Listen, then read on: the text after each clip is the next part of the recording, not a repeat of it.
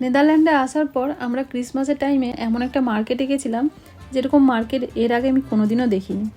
তো এই মার্কেটটা ছিল খুব ইন্টারেস্টিং। সেটা হচ্ছে পাহাড়ি কেভের ভেতরে পুরো মার্কেটটা বসে। তো মার্কেটটা বছরের অন্যান্য টাইমেও বসে, তবে ক্রিসমাসের টাইমে মার্কেটটা আরও একটু সুন্দর করে সেজে ওঠে।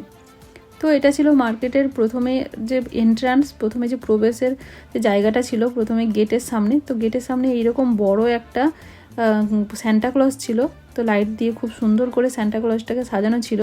আর এই মার্কেটটাতে আসার জন্য আমরা আগের দিন থেকে টিকিট কেটে রেখেছিলাম। টিকিটের দাম ছিল 10 ইউরো, ভারতীয় টাকায় ওই 900 টাকার মতো।